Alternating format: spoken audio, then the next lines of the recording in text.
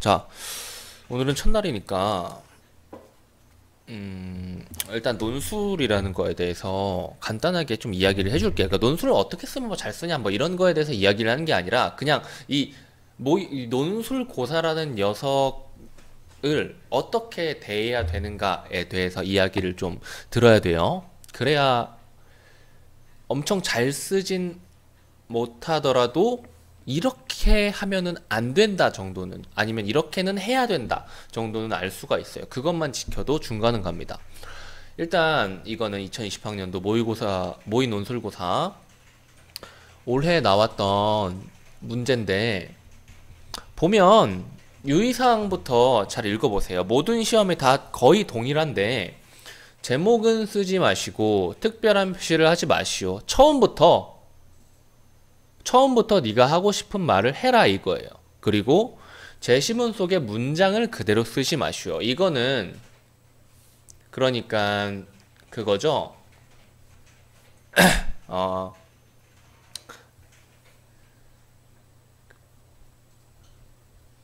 베끼지 마라.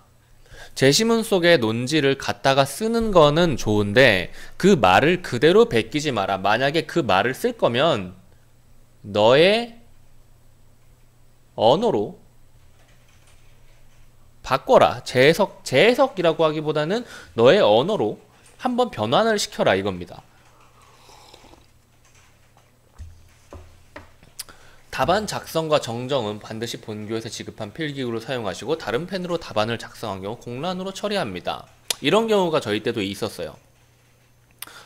서울대 논술 보는 친구였는데 서울대 논술에서 자기가 가져온 거를 써가지고 아마 떨어졌던 걸로 기억합니다. 그리고 우리 학교에 왔었죠. 우리 학교는 자기가 가져온 게 아니라 받은 걸로 썼거든. 자, 그리고 4번 답안지에 특별한 표시를 한 경우, 지정된 분량을 준수하지 않은 경우 0점 또는 감점 처리합니다. 그러니까 기본적으로 답안지에는 문제지를 받고 답안지를 받죠. 답안지가 이렇게 있어요. 답안지가 이렇게 있으면은 너희들이 네가 써야 되는 곳은 반드시 이 원고지 안뿐입니다. 원고지 밖에도 이런 그 종이에 빈 공간이 있는데 여기에서 만약에 어떠한 낙서가 하나라도 있으면은 그 시험지는 폐기돼요. 오케이? 이 답안지 안에는 답만 작성이 되어야 돼요. 답 이외에 어떤 것도 작성이 되어서는 안 됩니다. 오케이? 자, 그리고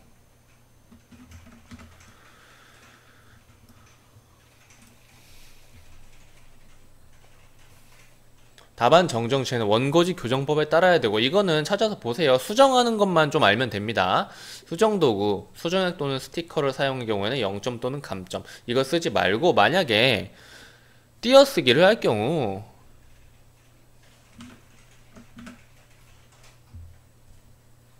띄어쓰기는 이런 식으로 표시를 하고, 그리고 뭐 중간에 말을 다시 넣어야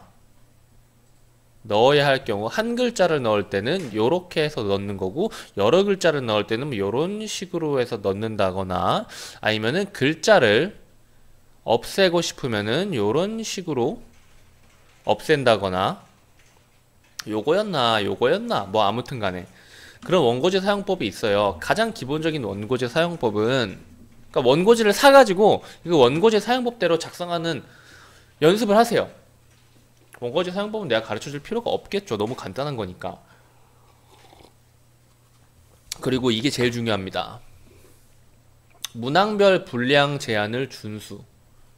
띄어쓰기 6번 생략을 했죠. 띄어쓰기를 포함하여 각 논제별로 요구한 분량 이내로 논술하시오.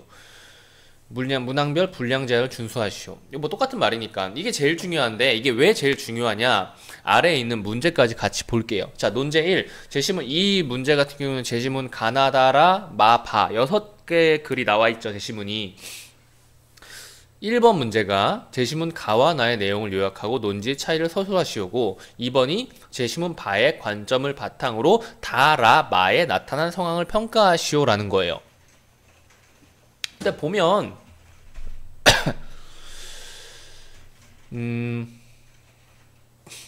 보통 200에서 300자 정도를 1문단으로 보시면 돼요. 이건 무조건 그렇다는 게 아니고 쓰다 보면은 자연스럽게 알게 될 텐데, 보면 1번 문제가 제시문 가, 나, 요약, 그리고 두 번째 물어보는 게 뭐죠? 그리고 논제의 차이, 서술이라는 겁니다. 그렇다는 것은 601자에서 700자에 이 두 가지가 들어가 있어야 돼요. 가와 나를 요약하고 논지의 차이를 서술. 이거 두 개로 나눠봐요. 300에서 350자죠. 아까 제가 한 문단에 몇 글자라고 했죠? 200에서 300자 정도라고 했죠? 얼추 맞죠? 이런 식. 논제 2. 제시문 바의 관점을 바탕으로 제시문 다라 마를 평가하시오. 바의 관점을 바탕으로 다, 라, 마를 평가하시오. 글자 수가 몇 글자 돼 있죠? 1000자 정도라고 돼 있었죠? 뭐예요? 250, 250, 250, 250 플러스 마이너스는 어느 정도 돼도 되지만, 이거를 막 500자 쓰고 이거를 뭐 20자 쓰고 이런 거는 솔직히 좀 별로인 답안인 거죠. 이것도 얼추 글자 수가 맞죠. 그러니까 이 원고지를 기본으로 봤을 때 1, 2, 3, 4, 5, 6, 7, 8, 9, 10 1, 2, 3, 4, 5, 6, 7, 8, 9, 10 1, 2, 3, 4, 5 보통 25자 혹은 뭐 20자일 수도 있는데 25자 정도가 될 거예요. 요즘 시험지 같은 경우에는. 그렇기 때문에 이걸로 8에서 10줄 정도가 한 문단이 뭐였죠?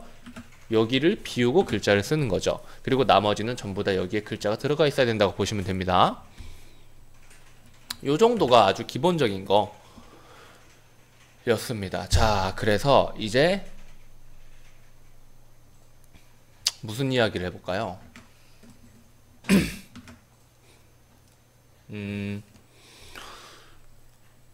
해야 되는 거, 하지 말아야 되는 거, 이 두 개를 같은 주제로 이야기를 해볼게요. 그러니까 같은 관점으로 이 두 가지를 동시에 이야기를 해볼게요. 자, 그래서 어떻게 써야 하는가?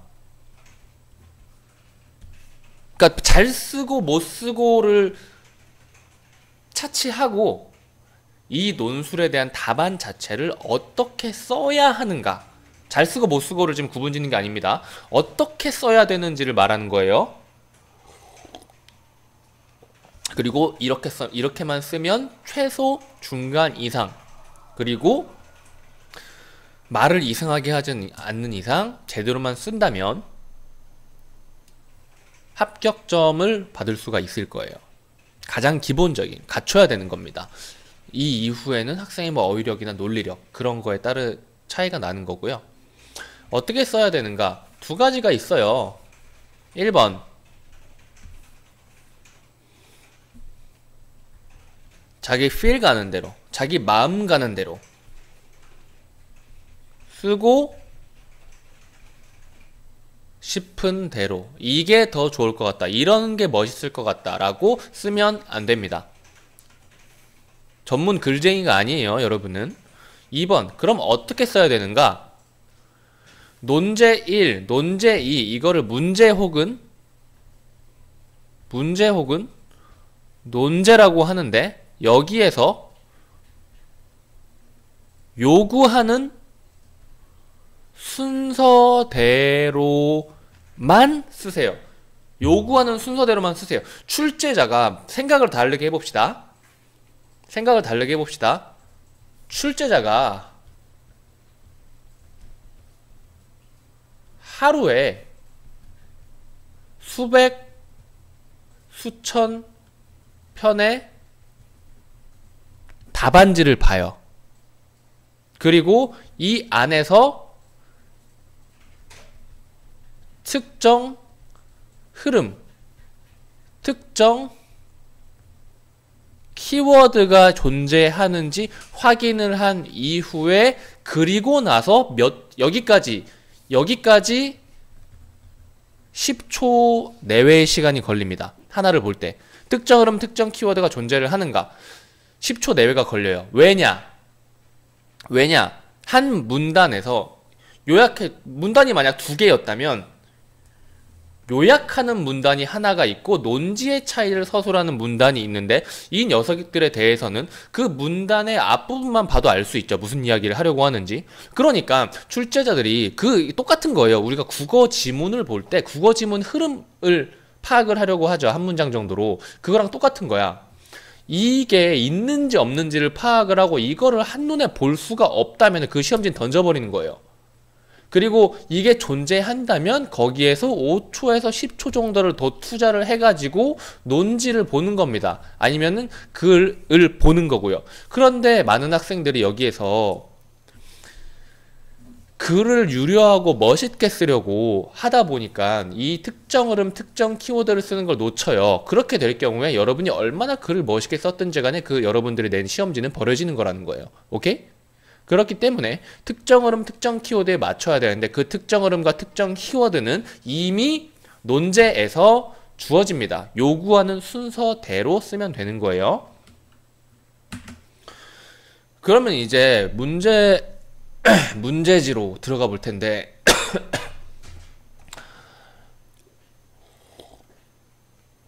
문제지에서 해야 되는 건 딱 하나뿐입니다. 요약이에요. 문제지로 들어가 봅시다. 자, 문제 두 개를 봤어요. 둘 중에 뭐가 쉬운 것 같아요? 이게 훨씬 더 쉬운 것 같죠? 그러면은 이제 배점과 글자 수를 보세요. 601자 이상이니까 600자라고 합시다. 600자 한 글자는 어떻게 해서 붙일 수 있으니까 600자가 40점이고요. 읽어야 하는 제시문은 2개입니다.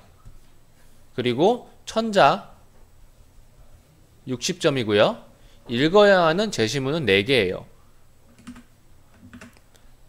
일반적으로 봤을 때 무엇이 훨씬 더 효율적인 것 같죠? 글자 수만 봤을 때? 아니면 제시글 수만 봤을 때? 제시문 하나에 20점 배점이고 제시문 하나에 15점 배점, 글자 수 600자에 40점인데 이거는 1000자에 60점이죠? 이 논제 1 작성하는 게 시간도 덜 걸리고 점수도 많이 받을 수 있는 길일 거예요. 물론 이게 일반적인 이런 경우가 안 일어나고 논제 2가 풀기 훨씬 쉬운 경우도 있는데 내가 알러지 때문에 기침 너무 많이 나 요즘에. 훨씬 쉬운 경우도 있는데 그런 거는 좀 특별한 경우니까 일반적으로 이런 식으로 봤을 때 글자 수가 적은 게 더 풀기 쉬운 문제입니다. 그리고 제시문 개수가 적은 게 더 풀기 쉬운 문제예요. 그리고 거의 모든 문제들은 전부 다 이런 식으로 지금 배열이 되어 있어요. 그러니까 첫 번째 문제 먼저 푸시면 됩니다. 혹 나중에 푸는 게 더 글자 수가 적은 경우가 있기는 한데 그거는 한번 읽어보고 풀어야 될 거예요. 나중에 푸는 게 더 어려울 가능성이 조금 있거든요. 그리고 답안의 순서가 바뀌어도 되는지, 만약에 논제가 3까지 있다고 쳐. 근데 이게 만약 300자야.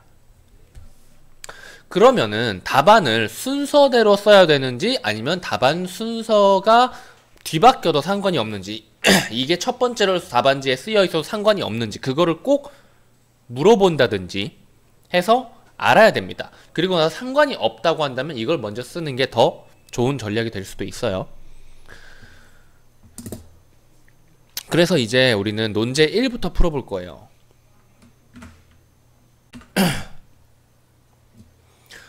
자, 첫 번째 논제에서 첫 번째 제시문을 보고 있는 건데요.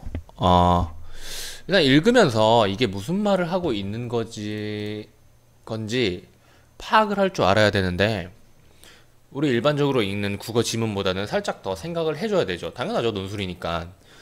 보면 이미 가와 나를 읽는 힌트가 문제에 주어져 있어요. 논제의 차이를 서술하라 그러니까 가와 나의 입장이 반대되는 게 분명히 존재할 겁니다. 오케이? 나는 아직 안 봤어요. 가와 나를 좀 몇 번, 두세 번 정도 읽어도 시간은 있으니까 너무 한 번에 못 파악하더라도 실망은 하지 말고 꾸준히 연습을 해야 돼요. 자, 보면은 제시문 가와 나의 내용을 요약하고 논지의 차이를 서술하시오라고 해야 되는데 일단 가부터 확인을 해 봅시다. 가. 이 녀석은 좀 이쪽으로 올려가지고 여기서부터 합시다. 가. 일단 읽어봅시다. 개울가. 개울가로 갔대요. 덥대요. 덥다. 덥다. 나는 이 더운데 물가에 앉아서 일단 생각을 해봤답니다. 하지만 아무런 제목도 떠오르지 않는데요. 이런 수필에서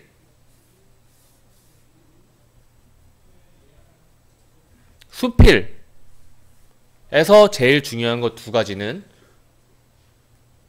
화자라고 합시다. 이 수필 자체가 글 쓴 사람이 자기의 생각을 이야기하는 거니까 화자라고 합시다. 화자와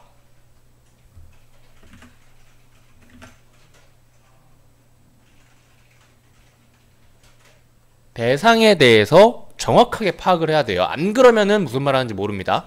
자, 그래서 이 화자는 그냥 아무것도 생각하지 않기로 정한 사람이에요. 보니까 이 초록색 벌판, 지평선 뭐 이런 걸 보고 있는데 아무것도 생각하지 않고 이렇게 지금 보고 있어요. 지구 표면적의 100분의 99가 지구 표면적의 대부분이 이 초록색일 거래요.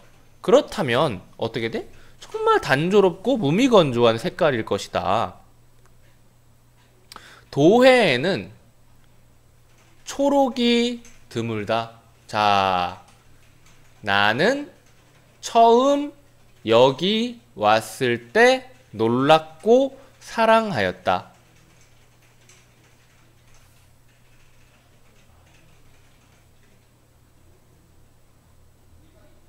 이겁니다. 여기에서 화자를 알 수가 있어요. 화자는 어떤 사람이에요? 초록빛을 많이 보지 못한 도시 사람입니다. 초록빛을 많이 보지 못한 도시 사람인데 이런 거를 논술에서 한마디로 정의할 수 있죠. 뭐예요? 현대인이에요.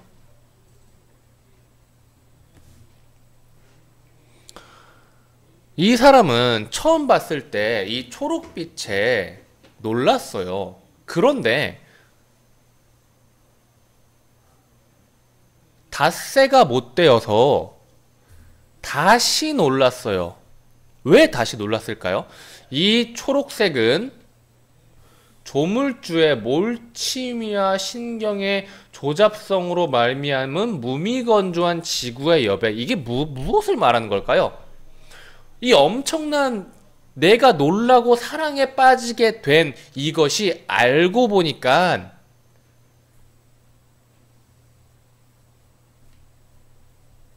의미가 없는 거였다는 거예요. 뭐가? 이 초록빛, 도시 사람이 보지 못했던 초록빛, 뭐예요?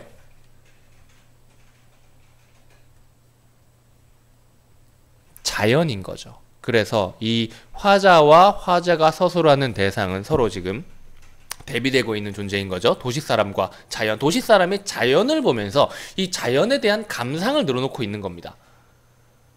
그래서 이 다음부터 쭉 읽어보면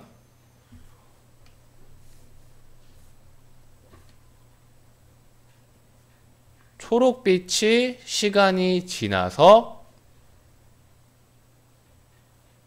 초록이 색깔을 잃어버리고 잃을 실자죠. 그러나 그것은 남루를 갈기갈기 찢는 것과 다름없는 추악한 색채로 변하는 것이야. 추악한 색채가 뭘까요?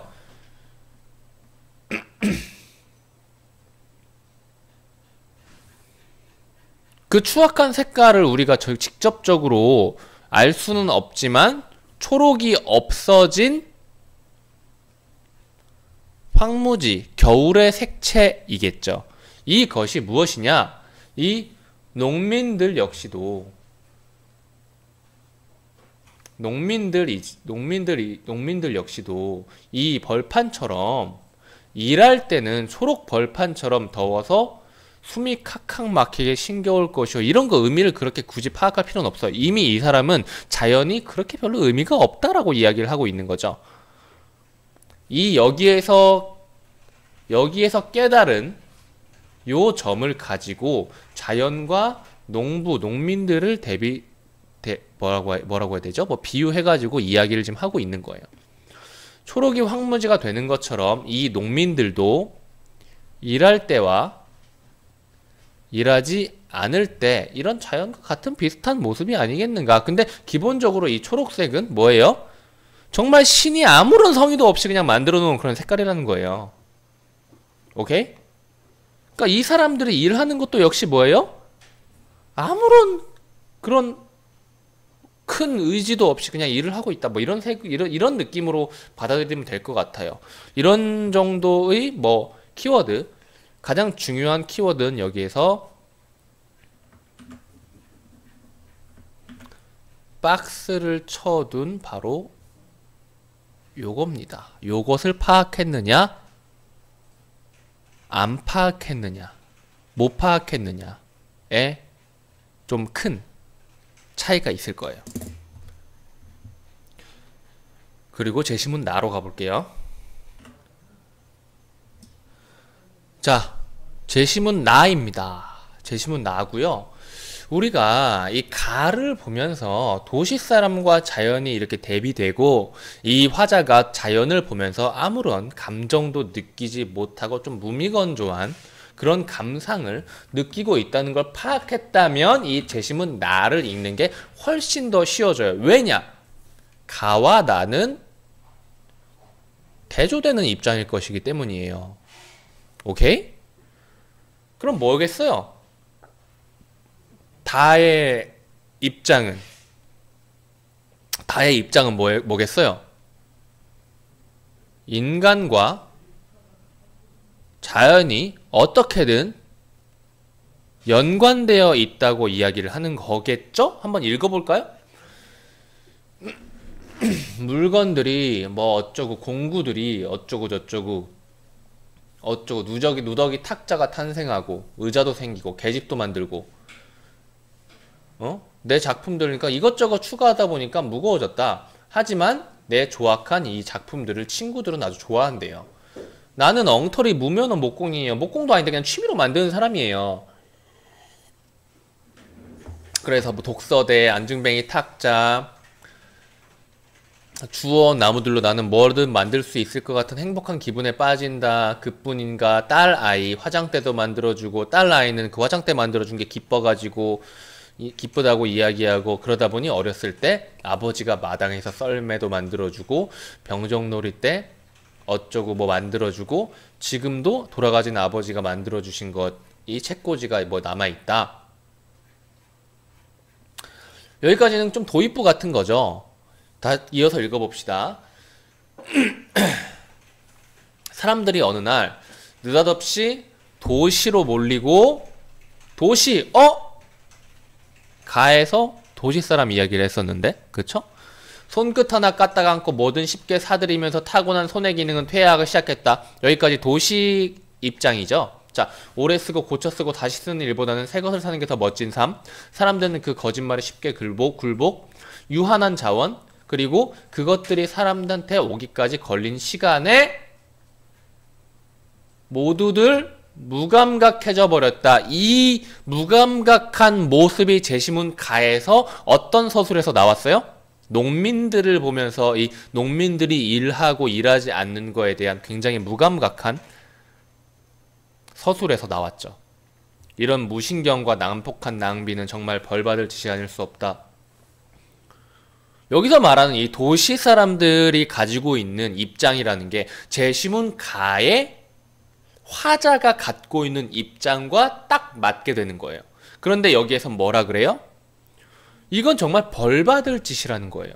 쓰레기가 어디로 가는지 아무도 신경 쓰지 않는다. 고작 태우거나 묻어버리는데, 묻어도 능사가 아니지만 태우면 더욱이나 안 되는 것들을 너무 많이 만든다. 불필요한 생산까지 하고 있다. 이 사람들은 야만과 어리석음의 극치이다. 지구라는 우주선에는 승객이 없다. 모두 승무원일 뿐이다. 라고 말한 이는 맥루안이다.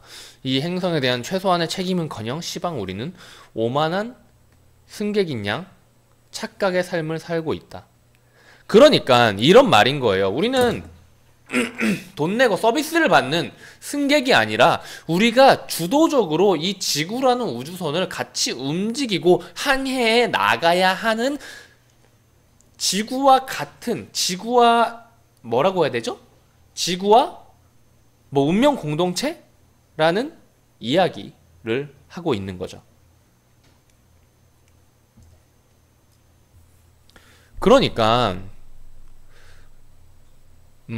이거는 큰 주제로 이야기를 좀 해야 되는 주제, 이야기 뭐냐, 한번 묶어가지고 이야기를 해야 되는 주제이긴 한데 간단하게 설명을 해줄게요. 논술에서 아주 크게 다루는 주제들이 여러 가지가 있는데 그 중에 하나가 여기서 나온 겁니다. 어떤 것?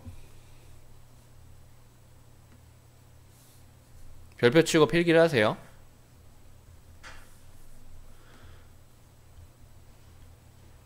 인간과 자연을 이렇게 보는 것이냐, 인간과 자연을 이렇게 보는 것이냐의 차이예요. 이것이 바로 앞에 것은 인간과 자연을 대결의 구도 혹은 인간이 자연을 지배 또는 통제, 조절 가능하다고 생각하는, 이거를 요약하면 어떻게 돼요?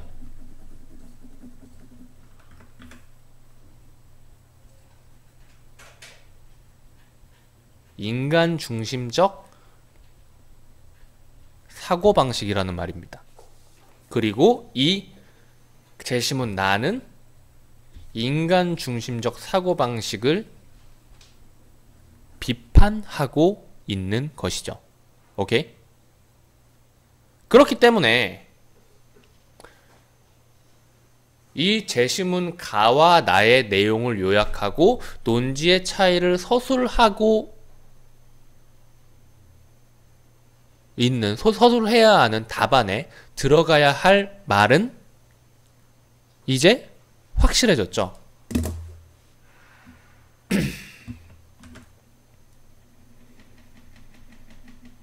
600자를 전부 다 채우지 않더라도 이제 이 말이 무조건 들어가야 하는 거예요. 자, 보이나요? 좀만 더 확대를 시켜볼까요? 이 정도면 보이겠죠? 일단 제시문 가와 나의 내용을 요약을 해야 되니까 이 이야기가 들어가야겠죠? 제시문, 이걸 띄고 가라 이렇게 했었나? 가와 나 붙였었나 띄었었나? 이건 별로 큰 뭐 없을 거예요. 제시문 가와 나는 자연에 대한 인간의 뭐 다른 관점을 보여주고 있다 라고 이야기하면은 엄청나게 잘 쓴 답안은 아니지만 써야 될 것을 확실하게 써준 거예요. 오케이? 이런 식으로 답안을 쓸 때는 앞에 두 갈식으로 확실하게 써야 됩니다. 그리고 나서 여기서부터 가에서는 이 괄호로 시작할 때에는 원고지에서 한 칸을 안 띄어도 돼요. 원래대로라면 이런 식으로 띈다고 생각을 할 수가 있는데 괄호를 써야 될 땐 아마 너무 기억이 안 난다. 기억이 잘 안 나는데 이걸 안 띄고 써도 됐을 거예요. 여기에서 중간에 글 중간에 마침표가 찍어졌을 때 이건 한문 단어로 써야 된다 그랬죠. 가에서는 자연은 여기서부터 이제 제시문에서 말하는 단어들을 막 갖다가 조합하고 쓰면 되는데 이렇게 정리가 됐다면은 어떻게 써야 될지는 제가 굳이 답안을 써주지 않아도 확실하게 쓸 수가 있을 거예요. 확실하게는 아니더라도 최소한 틀린 길로는 안 갈 수가 있어. 가 요약에서 꼭 필요한 것은 뭐라 그랬죠? 자연이 뭐 이제부터 마음대로 그냥 갖다가 막 지어내면 됩니다. 자연이 만들어낸 초록색을 보는 어떻게? 도시인의 시각이 도시인의 뭐 여기서 또 수식어를 하나 더 넣어도 되겠죠? 도시인의 뭐 무감정한 뭐 건조한 무미건조한 도시인의 감정 없는 아니면은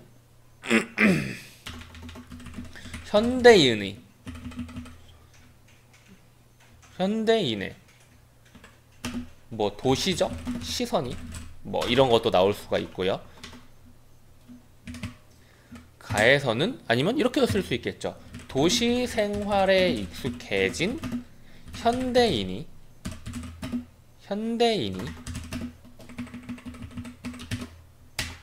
자연의 초록색을 보며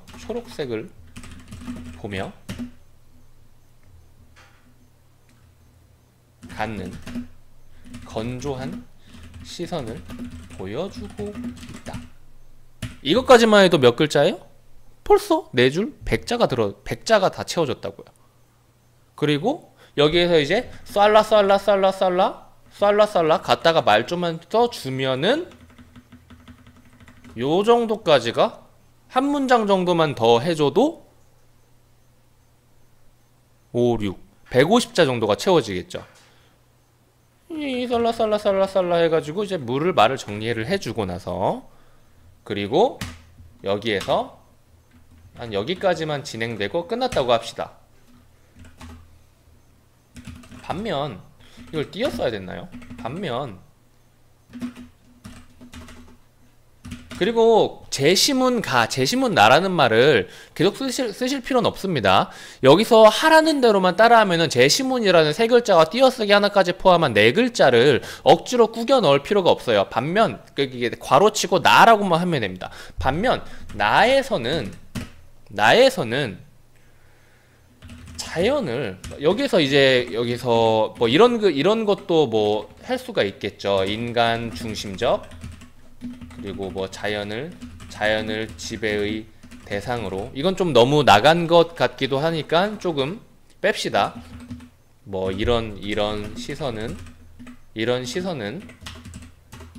인간 중심적인 그런 것들을 보여준다. 뭐 이런 것들을 키워드로 활용하시면 될 것 같고요. 그리고 반면 나에서는 자연을 뭐라 그랬어요? 구체 거기서 나오는 단어를 그 문단을 처음 쓸 때 그대로 갖다 쓰지 마세요. 반면 나에서는 자연을 함께 가야 할 존재라고 보고 있다 라고 하든가 더 멋있게 요약하려면 이런 것도 있죠. 자연과 인간을 공동체로 보고 있다. 지구를 우주선에 비유하고 인간을 승무원에 여기서 이제 비유했다는 말을 그러니까 같은 단어를 연속으로 쓰는 것도 이게 제가 맨 마지막에 말했던 글의 유려함에 대한 이야기인데 같은 단어를 연속으로 쓰는 건 별로 안 좋아요. 지구를 우주선에 비유하고 그리고 인간을 승무원에 비유하고 써도 괜찮아. 근데 만약에 어휘력이 된다면 빗댄 이라고 쓸 수가 있죠. 빗대어 서술한 것에서 뭐 드러나듯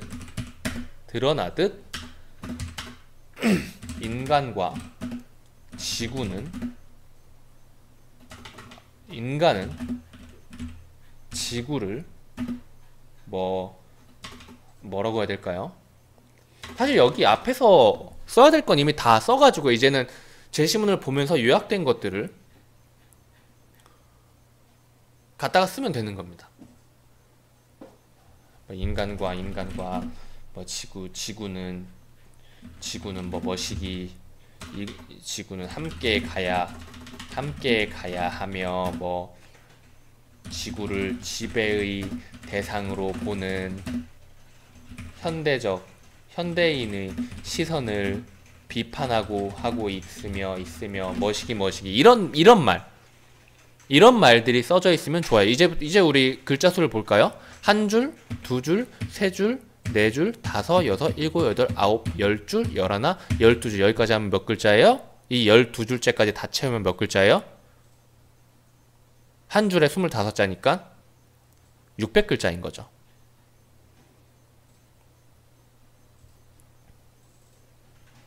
아, 600글자가 아니라 300글자인 거죠. 이렇게 해서 논제 1에서 요구하는 가와 나의 내용이 요약된 겁니다. 그리고 나서 이 논지의 차이를 서술하는데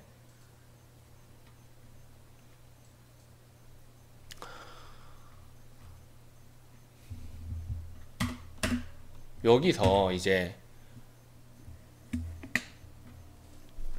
제가 이 앞 문제 쓰면서 이미 무엇을 이야기할지에 대해서 드러났죠. 내용 요약을 하면서도 이미 이렇게 나왔죠. 그래서 논지의 차이는 이제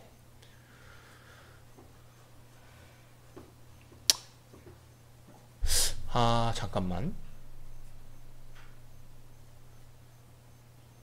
이건 내가 쓰는 거라 가지고 그렇긴 한데 여러분 입장에서는 조금 더 어려울 수도 있겠다.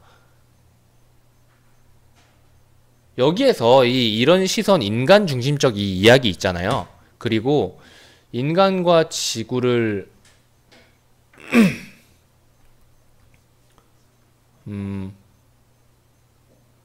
인간과 지구는 뭐 함께 가야 하며 지구를 지배의 대상으로 본 현대인의 시선을 비판하고 이런 구체적인 좀 의미 있는 말들 있잖아. 이거를 아싸리 이 뒤에서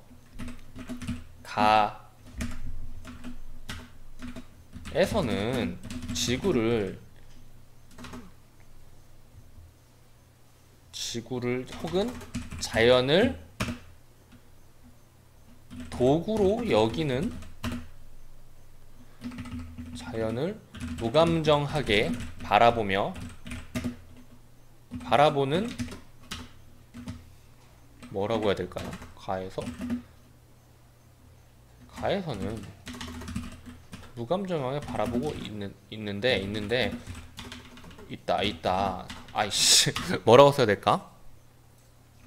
이 무감정하게 바라보고 있고 이 시선은 자연을 도구로 바라보고 도구로 여기고 있다. 최대한 쉽게 풀어 쓰려니까 말이 잘 안 나오네.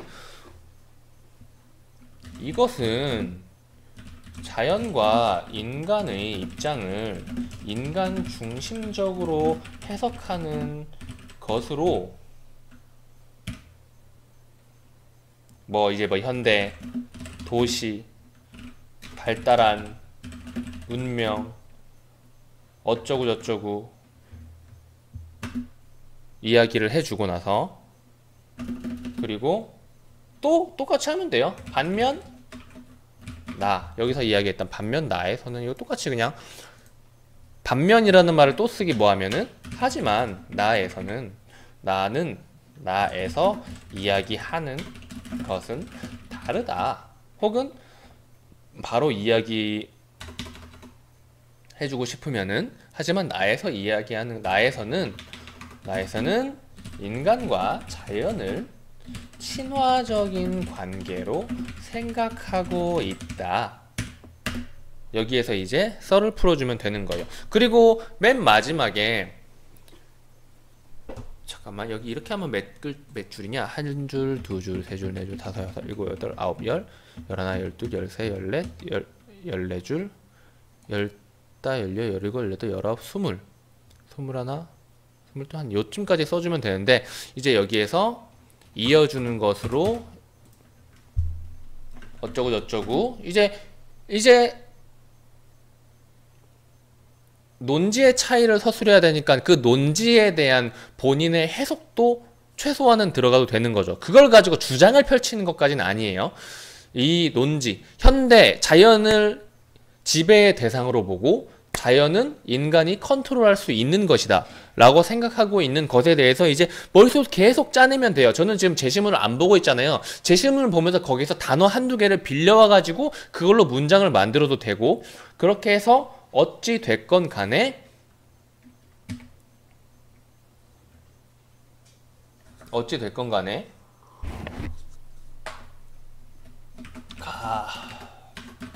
이 화자는 물 오래된 건가? 이상한 냄새가 나네.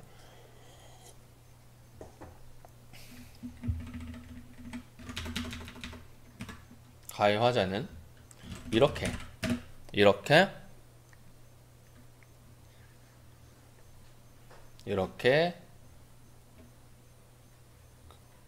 극도로 막 건조한 시선으로, 건조라는 말을 썼나요? 앞에서 건조한이라고 했네요.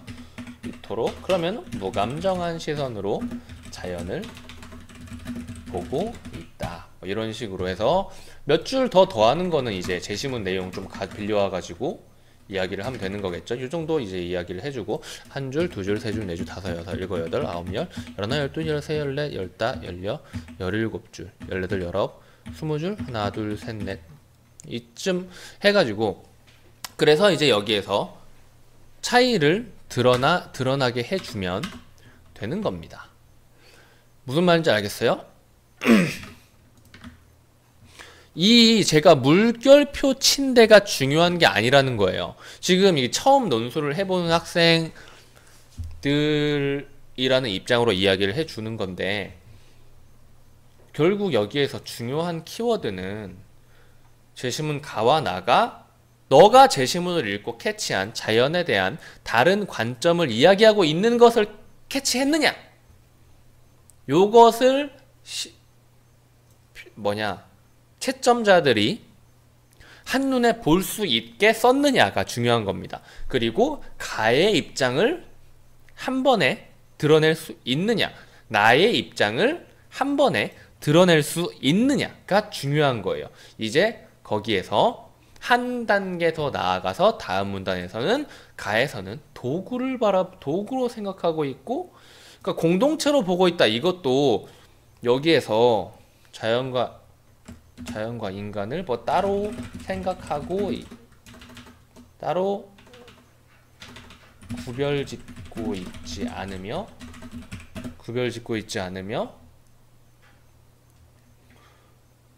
우주선과 승무원이라는 공동체는 뭐 함께 가야 하는 존재로 보고 있다. 같은 말을 쓰기 싫으면 이런 식으로 하는 거예요. 그리고 나서 두 번째 문단에서 차이를 설명하기 위해서 이제 공동체로 보고 뭐 이런, 결국 드러나야 되는 것은 제시문 가와 나가 자연에 대해서 다른 관점을 보여주고 있다는 차이점을 정리해서 일단 어느 정도, 최대한 많이 드러낼 필요는 없어요. 가를 요약하고 나를 요약하는 게 먼저 요구했던 것이기 때문에 가를 요약하고 나를 요약했을 때 되는 것, 다른 관점을 보여주고 있다면 정리를 해두고 나서, 그리고 가에서는 이런 식으로 자연을 도구로 보고 있다는 것으로 해석할 수 있다. 그리고 나에서는 인간과 자연을 친화적인 관계, 공동체, 우주선과 승무원, 사람은 승객이 아니다 라는 이야기를 했다라고 써주시면 되겠어요. 이 키워드가 들어갔는지,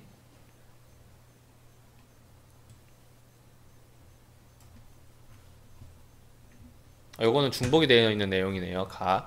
가에서는 이런 느낌이 들어갔는지, 그리고 나에서는 이런 느낌이 들어갔는지, 그리고 그 두 번째 문단에서는 이 두 느낌이 들어가서 이 둘을 확실하게 차이점을 부각을 시켰는지, 서술을 했는지, 그렇게 서술을 했는지 확인을 하시면 되겠습니다. 이게 출제자들이 10초 안에 여러분의 답안지를 보면서 이 시험지를 뒤로 넘겨서 버릴 것이냐, 아니면은 이 나머지 서술한 자세한 곳까지 볼 것이냐를 판단하는 기준이에요. 이렇게 이야기를 했는데도 45분이 걸려버렸네요. 이 다음 문제는 나중에 해볼 테니까 이걸 보고 나서 답안을 다시 한번 써보면 좋을 것 같아요.